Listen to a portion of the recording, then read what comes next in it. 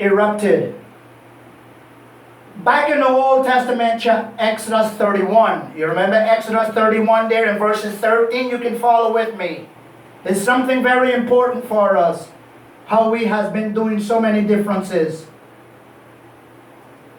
Exodus 31:13 speaks about nothing much more but the character of God, the seal, the fourth commandment, which is the Sabbath. We know about that so much. But don't you know the whole world is still struggling, trying to catch up with the Sabbath? It is a sign forever. Now we're hearing that it's supposed to be changed. The change signpost is pointing the wrong way. But God has not changed. He is still the mighty God of Israel. Behold, the nations are as a drop of a bucket, and are counted as a small dust of the balance. Prophets and Kings, page 185. Some of us want to help God. Now that we see the circumstances now, we want to find out where God is. God is still there from the beginning, and He is there until the end. And He is waiting on His people to ask and beg, and He will give us. Brothers and sisters, let's not delay with our love for Jesus Christ. Let's do some more worshiping in our houses, our homes. Let's move the divisions to the side, and let's have one solid wall. The change signpost is pointed the wrong way. When I hear things like this, it's so true. Ellen G. White points so much to us. But God has not changed. He is still the mighty God. Behold, the nations are as a drop in a bucket. Words of Ellen G. White. Sometimes we use these words and we wonder, well, why? But it's so true. And are counted as the small dust of the balance. Behold, He taketh up the isles and a very little thing. And Lebanon is not sufficient to burn. You remember what happened there? The sisters of Babylon, Syrian, Lebanon, all of those sisters, signs. In those days before Jesus came and He went. Now He's on the other side. Nor the beast therefore sufficient for a burnt offering. All nations. Isaiah 40, you can follow me, I'm sorry. Isaiah 40 tells us something important here. Isaiah 40, verses 15 and 17, tells us something also. You can read it right where you at. And He is just, says Isaiah 40:15. All nations before Him are as nothing, and they are counted to Him less than nothing, and vanity. Can you imagine? Can you imagine? Isaiah speaking, 40:15. And He is just a jealous for His law now, as He was in the days of Elijah. How many of us don't know the story? That great story of Elijah has shown us so much, that we have so much examples from our older fathers. Brothers and sisters, those old prophets is our old fathers.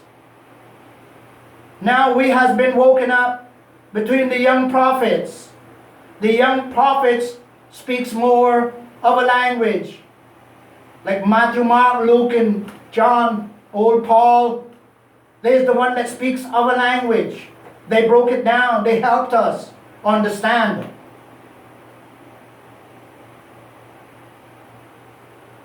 I'd like to say something here also before. Let me just add a portion more here of the same language. Jesus sees his law rejected. I'm still in Prophets and Kings. I had to underline a few lines there. Jesus sees his law rejected. Can you imagine? His law despised his ambassadors, like me and you, treated with indifference. He has spoken by his mercies, but these have been acknowledged. He has spoken by warnings, but these have been unheeded. The temple courts of the human soul have been turned into places of unholy traffic. Sometimes if you was to listen to some of the music that be going on in the gospel churches, my brothers and sisters, you will fall out. You'll get dizzy just listening. The temple courts of the human soul have been turned into places of unholy traffic. Sometimes, even in our gatherings, brothers and sisters, we have too much traffic. We want to see ourselves instead of looking at Jesus Christ. These things is before us. These are the things that is happening actually before the world today. And if we was to follow Jesus the right way, brothers and sisters, Brother Donnie, this goes for you too. We will be a better person. We will be more humble. We will have a different character. We will want more wants of doing His work, His activities, His grace, and His love. But before going so far, before closing tonight,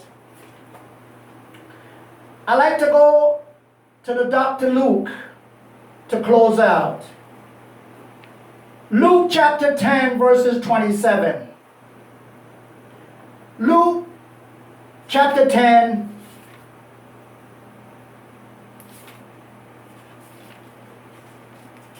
and verses 27. And the Holy Word says, and he answering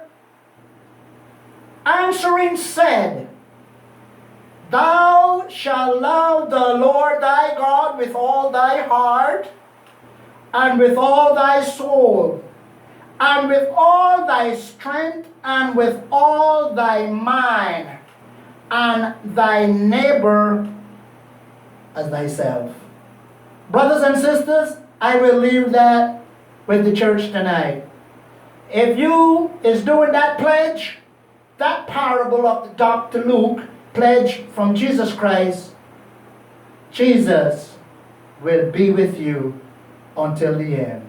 May God bless us all on this beautiful Sunday night.